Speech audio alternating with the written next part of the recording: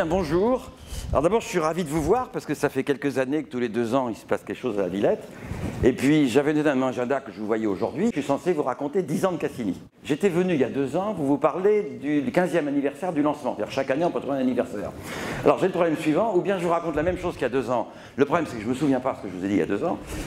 Et donc, mon interrogation, c'est est-ce que dans la salle, il y a des redoublants ou pas Alors, s'il y a des redoublants, je suis embêté parce que ça veut dire qu'ils n'ont rien compris le coup d'avant. Et donc c'est vexant pour moi. Hein. Et s'il n'y a pas de redoublant, il faudrait que je dise... Alors je ne sais pas. Alors de toute manière, je n'ai pas eu le temps de préparer les choses. Et je me sens un peu comme il y a quelques années, quand j'allais à l'école et que je n'avais pas fait mon devoir, la maîtresse allait me gronder. Alors me grondez pas trop, je vous en prie. Hein. C'est que j'en ai assez quand je retourne de Saturne, que j'allume un écran de télévision ou que je lis un journal, on me dit c'est la crise. Alors moi je ne comprends pas. Hein. Je trouve que 2014, c'est mieux que 1914, hein, quand même. Hein. Et je vous rappelle qu'en 1814, l'Empire français s'effondrait. Et qu'en 1714, il y avait 100 000 morts l'hiver parce qu'il y a eu une mauvaise récolte. Donc 2014, c'est mieux que tous les 14 qui précèdent. Je vais pas aller jusqu'à Jules César. Hein. Et il y en a qui disent c'est la crise. Hein. Donc vous avez tous ces homo tristus, hein, qui bon, parce qu'ils ne sont pas contents, on vous raconte... Et donc vous avez compris que moi je plaidais pour les homo rigolus, moins nombreux, mais plus utiles.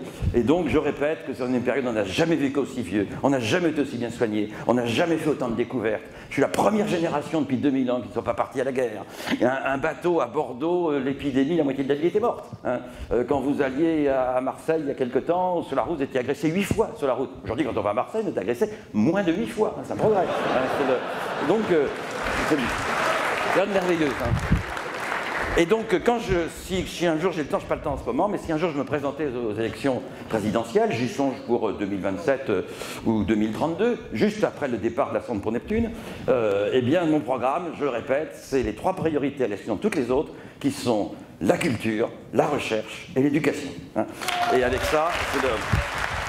Parce qu'il m'est arrivé, effectivement, j'avais un soir dîner avec Jacques Chirac et avec Lionel Jospin, pas le même soir, hein, 2 soirs différents, et je leur avais dit, quand vous avez des problèmes dans les banlieues, vous envoyez d'abord, la police après. Donc pour moi, la lutte contre la violence, ça passe par la culture et c'est fondamental. Vous connaissez l'histoire des pygmées aveugles qui veulent connaître le monde, ils sont aveugles, ils partent dans la jungle, ils tâtonnent, ils trouvent un éléphant. Chacun touche l'éléphant, ils sont pygmées, ils sont tout petits, ils n'en touchent qu'une petite partie. L'un touche la patte, l'autre la queue, l'autre les oreilles, l'autre le ventre, l'autre la trompe, les défenses. Ils retournent dans le village et chacun raconte ce qu'il a vu.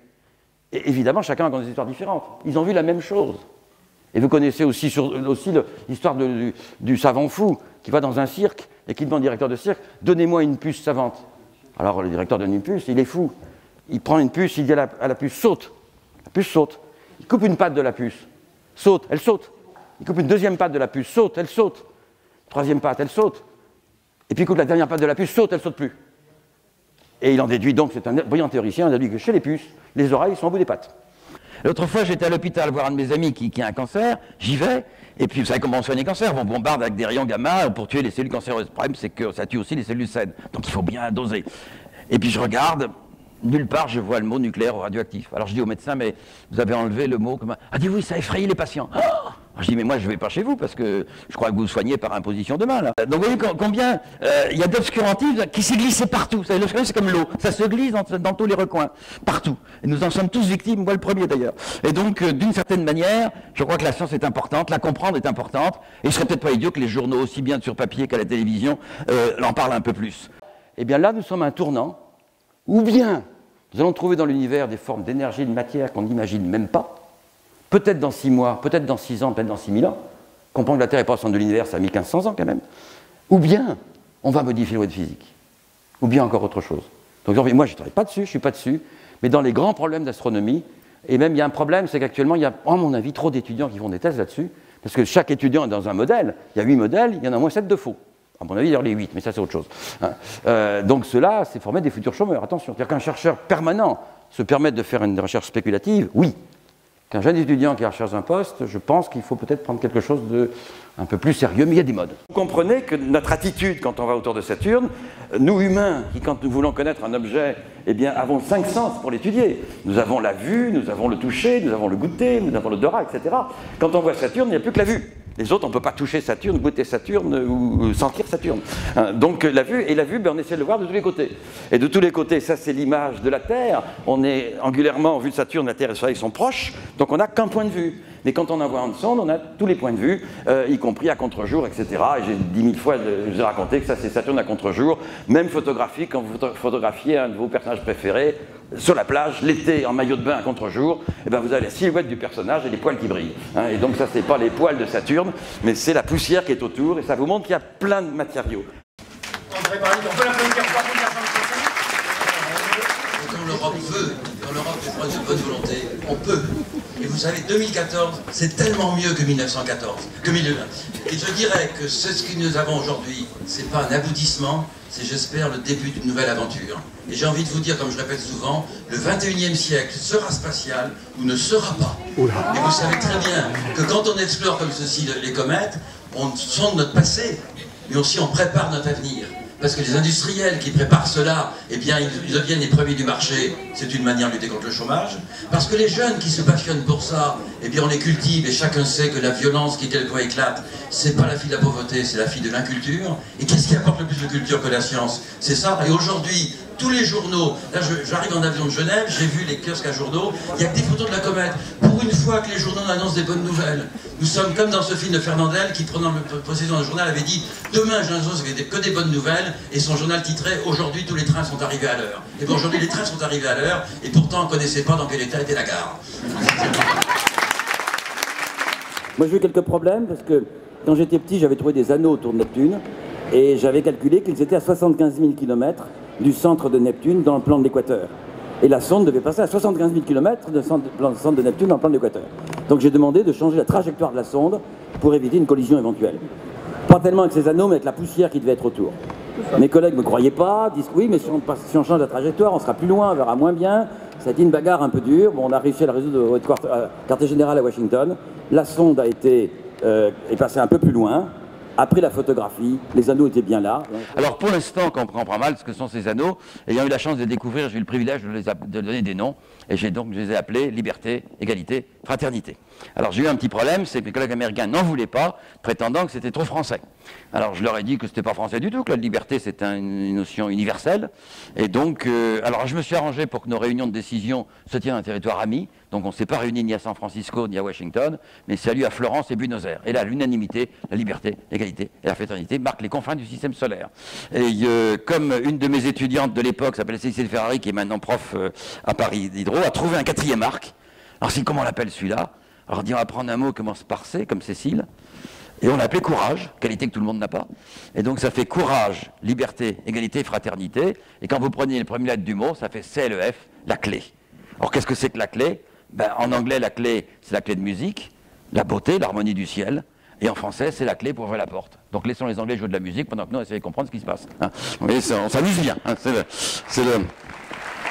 Donc, c'était le 30 et le 31 décembre 2000. Et les syndicats du coin ont dit « Ah, on voudrait passer les fêtes de fin d'année en famille. Pourriez-vous avancer ou retarder le survol ?» Alors on a dit écoutez, une grève dure peut changer les lois de la République, mais pas celle de Newton. Hein. Et puis quel meilleur moyen de fêter la nouvelle année, le nouveau siècle et le nouveau millénaire en survolant Jupiter. Ce qu'on a fait. Et arrivé sur Saturne, alors là, c'était extrêmement délicat. On est là, ici, et regardez un peu la manœuvre. On n'a pas assuré la sonde, ça coûtait trop cher. Donc on a croisé les doigts. Si on se plante, vous voyez, remettre ma cravate, l'achat d'État, t'as pas 4 milliards, bon, ça va. Bon, et alors la sonde, elle arrive d'en bas là, vous voyez, en bas.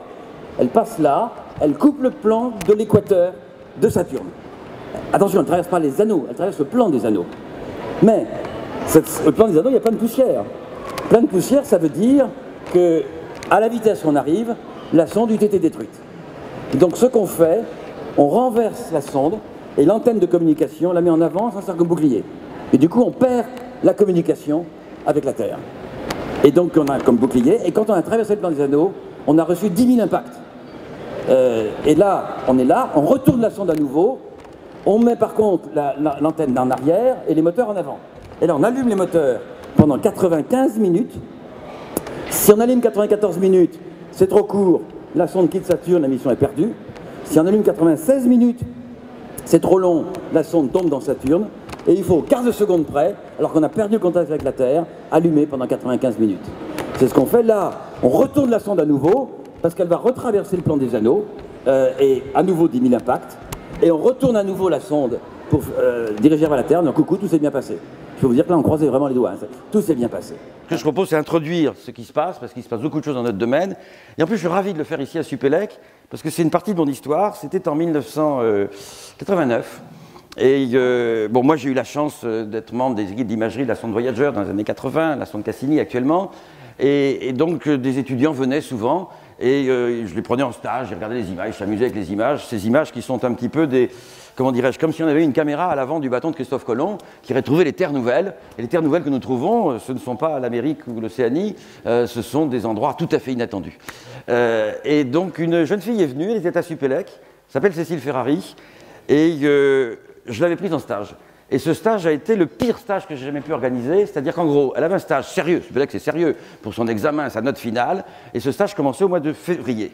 Bon, j'avais autour de moi une équipe, bien entendu, et tous les gens m'avaient parlé de cette jeune étudiante de Supélec qui était de grande qualité, et au mois de juin, je ne l'avais toujours pas vue. Hein. Vous voyez le sérieux que j'avais pour encadrer ce stage.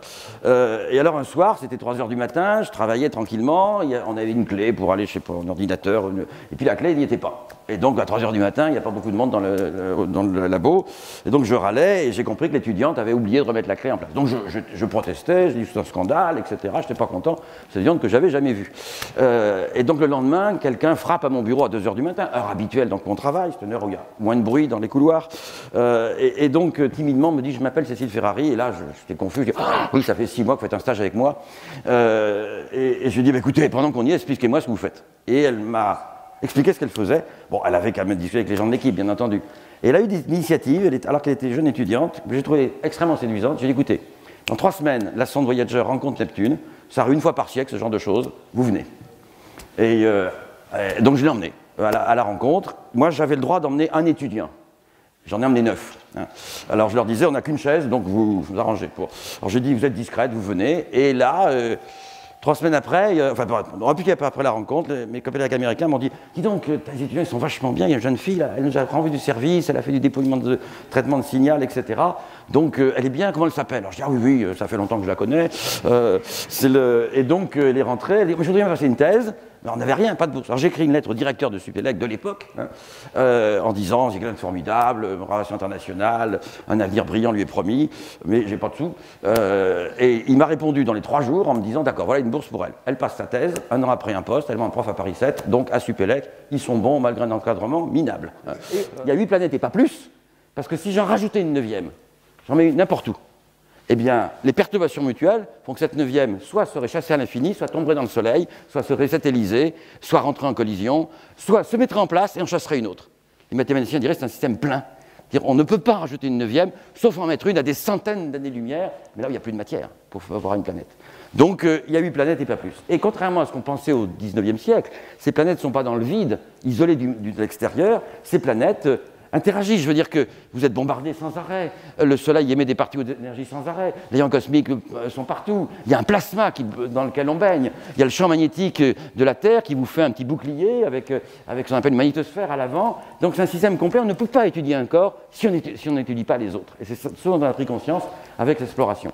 Alors je suis en train de vous dire donc que la vie qui sur Terre a démarré il y a 3,8 milliards d'années, il n'y en aura plus dans 1 milliard, on dit que la vie est plus près de la fin que du début. Alors je ne veux pas que vous rentriez chez vous déprimé par cette nouvelle-là. Hein, 1 milliard d'années, ça donne quand même le temps de se retourner, de s'adresser à une entreprise de déménagement ayant de bonnes références, hein, pour les endroits sympathiques, et il n'en manque pas dans l'univers, vous allez voir. Hein. Bon, 30 ans de ma vie, j'étais membre des comités de nomenclature, et donc on a des noms sur toutes les planètes et tout, et on était chargé de définir ce qu'était une planète. Et j'ai été à une réunion, je me souviens, enfin, fond d'un fjord en Norvège, etc., c'était à bout du monde, et on avait 2 jours chargés, et on a passé 48 heures à définir une planète. On n'y est pas arrivé. Il y a 18 comités, au bout de 2 jours, on a voté. 3 d'entre nous ont voté qu'il y en avait 8, dont moi. 3 ont voté qu'il y en avait 9, dont Pluton. 3 ont voté qu'il y en avait 10, et 1 s'est abstenu. Vous voyez la situation claire. Tout le monde se foutait de nous, ces gens ne sont pas fichus de... Et c'est une nomenclature, on s'amusait bien. Vous savez, je me souviens un jour, sur Vénus, on donne des noms de femmes, par exemple. Alors on me donne le nom d'une Coréenne. Je dis, c'est qui? On me dit, c'est une héroïne coréenne du XIIe siècle. Ah bon, très bien. Là, son cratère sur Vénus. On me donne une Française. Je dis, c'est qui? On me dit, allez, on me demande c'est qui, je regarde, c'est la Goulue, vous savez, la fameuse prostituée de Montmartre. Alors, eh ben, je dis c'était le modèle de Toulouse-Lautrec. Ah bon, bon, donc la Goulue, elle a son cratère sur Vénus. Et alors, on me donne une autre femme, je regarde, c'est la Pompadour. Ah, j'ai la Pompadour formidable, elle a développé les sciences et les arts, une femme extraordinaire. Et les Américains, pas question. C'est un scandale, c'était la maîtresse du roi, c'est scandaleux. Je dis non, c'était pas la maîtresse du roi, c'est le roi qui était son amant, ce qui n'a rien à voir. Hein, bon, et donc, la Pompadour en liste d'attente. Hein. Bon, alors, j'étais pas content. Et puis, on montre une américaine. Je dis, c'est qui? Un poète américain, 1910. Ah bon? Bon poème, très bien. Puis on me dit, il était ambassadeur des États-Unis au Venezuela. Ah, j'ai pas question. Ambassadeur, c'est près du pouvoir politique. On a dit, pas de nom d'homme politique, pas de nom de général, pas de nom de religion. Hein. Et donc, j'en veux pas. Bon, maintenant, si vous mettez la Pompadour, je suis prêt à faire des exceptions. Bon, vous voyez comment on négocie. Hein. Je disais il y a quelques minutes, un petit corps, c'est inactif. Ça ne peut pas être actif. Voici en slide, c'est ici. Vous avez Saturne, les anneaux, l'ombre des anneaux sur la planète, Titan. Vous avez un petit corps qui fait 500 km. C'est gros comme plus petit que la France. On survole ce corps avec la sonde Voyager. Au moment où on survole, comment dirais-je, la plateforme se bloque. Les instruments, on pense qu'il y a une collision. En fait, simplement, il n'y a plus de lubrifiant. La sonde bougeait beaucoup. Elle était comme une jeune fille énergique au départ et elle était comme une vieille dame rhumatisante à l'arrivée. Comme je dis, ce qui compte dans la vie, c'est l'expérience. Et donc la sonde est bloquée. On manque la photo dans ce slide. Europe, satellite de Jupiter, a une surface qui bouge énormément. Quand vous êtes dans les labos de mes collègues en Arizona, par exemple, ils ont d'immenses photos d'Europe qui font 20 mètres de long. Et comme des gamins, ils jouent avec des ciseaux. Ils coupent et puis ils font des passes. Vous voyez, c'est rigolo comme tout. Premier coup, je dis, attendez, c'est une belle photo. Vous n'allez pas la couper. On en a d'autres, t'inquiète pas. Bon, alors ils font tout ça, ils s'amusent bien. J'ai 50 fois raconté à certains d'entre vous que moi, dans la mission Voyager, j'avais la chance d'être membre de l'équipe d'imagerie, j'étais chargé de compter les cratères, vous voyez. Et c'est l'idée, plus il y a de cratères, plus c'est vieux, parce que c'est bombardé, ça n'a pas été effacé par la géologie. Et donc pour Rio, vous voyez, j'ai pas été débordé, puisqu'il y a 0 cratère, hein, donc je n'étais pas fatigué. Hein. Et quand on a vu ça, on n'a rien compris. Ce machin qui ressemble à une pizza, ou à une maladie pas avouable, enfin c'est quoi ce machin? Un gros bouton. Et ben, le blanc, c'est de la glace, le jaune, c'est du soufre, et le noir, c'est un volcan d'activité. Alors, l'exploration des planètes géantes, ce qui a donné le coup de départ tout de même, c'est la mission Cassini. La mission Voyager, pardon, qui quand même a été une mission... Bon, cette mission a été conçue dans les années 60, la sonde a été financée dans les années début 70, c'est l'époque où Nixon arrive au pouvoir. À la même époque, c'est Pompidou en France, et en Angleterre, et Margaret Thatcher, un peu plus tard, c'est Brejnev en Russie. Tous ces chefs d'État coupent les crédits. Hein. Nixon a coupé les crédits déjà par un facteur 30. Là, on avait 30 millions de dollars, plus qu'un seul million, vous voyez. Alors, quand on n'est pas content, nous, ou bien on fait une manif, mais nous, astronomes, si on veut barrer les Champs-Élysées, on n'est pas assez nombreux. Hein, donc, comme je dis, camarades, il y a d'autres formes de lutte. Hein. Et donc, on a lutté autrement, on a fait quand même la mission à cette époque. Madame Thatcher, vous savez, qui a fait de la chimie et puis qui n'était pas une bonne chimiste, eh ben, a coupé les crédits de la recherche, c'est vengé. Hein, bon, enfin, etc. Je ne vais pas parler de tous ceux qui, n'ayant pas réussi en sciences, ont fait autre chose. Alors, vous savez qu'en Europe, on est mal payé, mais à vie. Alors qu'aux États-Unis, on est bien payé, mais pas longtemps. Hein.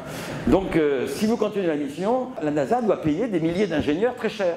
Donc, nous, Européens, qu'on soit au bord de la plage ou qu'on travaille, pareil, hein, même salaire. Alors, nous, on a dit, non, on continue. Et ils ont dit, ah non, ça coûte trop cher. Là, on s'est battu. On dit, mais comme c'est bête, on est là-bas, ça marche bien. Donc, on est un sursis. On dit, on voudrait voir l'équinoxe. Alors, on a vu l'équinoxe jusqu'en 2017. Et une fois qu'on a vu l'équinoxe, on dit, ah oui, mais maintenant, on aimerait bien voir le solstice. Hein. Donc, alors, il a fallu discuter. On a réussi à les convaincre. Et donc, on continue jusqu'en 2017. Le solstice, c'est le 23 mai 2017. Et nous n'irons pas au-delà. Entre-temps, il y a une très belle chose à faire, mais qui va être un peu sportive, c'est qu'on va passer, on va traverser le bord des anneaux, mais cette fois-ci pas à l'extérieur, mais entre le bord des anneaux et la planète. Donc il y a une chance de destruction, mais on s'en moque, c'est la fin de la mission. Et si c'est pas détruit, on prendra quelques photos, on prendra quelques trucs pour avoir les visions au plus près, juste avant la mort, d'avoir les belles photos. Donc en fait, Cassini va mourir dans la joie. Hein. Donc, il faut une chose, il y a des lumières qui sont allumées ici, qui éclairent l'écran. Alors, n'éteignez pas la salle, sinon tout le monde va s'endormir, mais on pourrait peut-être éteindre un peu ces lumières. Je sais pas s'il y a quelqu'un qui m'écoute ou si on est tous... Merci. Au passage, hommage à deux personnes. Erasme a dit « homo fit non nascitur ». Pour moi, c'est le sens du fait que je suis enseignant, à savoir que homo fit non nascitur, ça veut dire on ne naît pas homme, on le devient. Et donc la vertu essentielle de l'éducation. On peut faire de quelqu'un un monstre ou quelqu'un d'extraordinaire. Et pour moi, c'est ça la raison profonde pour laquelle on le fait. Et Fontenelle, vous savez, cet homme qui a vulgarisé l'astronomie pour les dames, c'est l'époque où les dames n'avaient pas accès à un certain nombre de... Donc il a écrit des livres de vulgarisation pour les dames. Bon, c'est les dames qui savaient lire, hein, donc les dames de la noblesse, évidemment. Mais il a fait cet effort, et c'est un homme qui a vécu 100 ans, à l'époque de Louis XIV et Louis XV. À l'époque, c'était assez rare. Et c'est un homme qui avait un certain tempérament, parce que quand il avait 90 ans, et qu'il voyait une jolie jeune fille, il disait... Si seulement j'avais 80 ans. Mais il a des tempéraments. Je me souviens des années 60, avec des collègues, on essayait d'écouter ce qui se passe. Vous connaissez ce message? On envoie des 0 et des 1 vers la Mère Hercule. Pourquoi la Mère Hercule, il y a 1 million d'étoiles? 1 million, il y a bien une planète. 0 et 0 des 1, on fait 0, 0, 1, 0, 0, 1, 0. Là-bas, ils sont intelligents, ils se pointent dans la bonne direction. Pendant le bon moment, 3 minutes du signal, ça dure 3 minutes. Sur la bonne longueur d'onde. Si vous écoutez France Musique, c'est pas France Culture. Europe, c'est pas RTL. Et là, ils ont 0, 0, 1, 0. Comme ils sont intelligents, ils comprennent que le nombre total de 0 et de 1 est le produit de deux nombres premiers, que le premier nombre premier, c'est les nombres de lignes, le deuxième nombre premier, c'est le nombre de colonnes, ils remplacent les 0 par des blancs et les 1 par des noirs, et ça donne ça. L'ADN, etc. Bon, on a donné ce petit rébut à nos collègues astronomes, aucun n'a compris. Hein. Enfin, supposons que l'extraterrestre moyen soit plus intelligent qu'un astronome, et alors, il y en a qui ont dit, mais la Mercure, c'est 50 000 années-lumière. Ils ont dit, c'est fou. Ils vont savoir où on est. Ouais, bon, d'accord. Et là, on a mis des disques. Sur la sonde Voyager, on s'est bien amusé, on a mis un disque. Alors, on explique aux extraterrestres comment s'en servir, qu'on habite le 3e débris en partant du Soleil, qu'on est là par rapport au pulsar, comment on veut le disque, le faire marcher. Ils ont qu'est-ce que c'est que le machin primitif, et on leur montre la Terre. Alors, la musique, Bach, Beethoven, Mozart, musique africaine, jazz, bonjour, en 120 langages terrestres, y compris le corse, le breton, l'alsacien, etc. Et 150 photos de la Terre. Qu'auriez-vous mis, vous, comme photo de la Terre? Nous, on a mis une photo d'un squelette, la gravité sur Terre, une photo d'un embouteillage d'une grande ville à 6 h du soir, bon, montrant qu'on est un peu fou, hein. Une photo d'un embouteillage à 6 h du soir, à la même heure en Afrique, près d'un point d'eau, et on a voulu mettre un homme et une femme. Alors, là, problème. On les met comment? Les habille en costume japonais, jupette grecque, toge romaine, costume cravate. On s'est dit, on va les mettre tout nus, hein, parce que ce sera plus informatif. Hein. Et là, déchaînement des ligues de vertu américaines protestant contre le fait que c'est un scandale d'envoyer aux frais du contribuable de la pornographie dans l'espace. Hein. Alors donc, vous voyez comme quoi l'astronomie est un métier riche. On a examiné avec soin 10 000 photographies de couples tout nus. Pour choisir la photo la plus neutre, il faut être tordu pour imaginer. Et on a choisi une photographie où nous avions un monsieur et une dame, vus de face, dents par la main, souriant. Monsieur, je ne peux pas dire, la dame est superbe. Hein, le monsieur fait bonjour, la dame sourit, etc.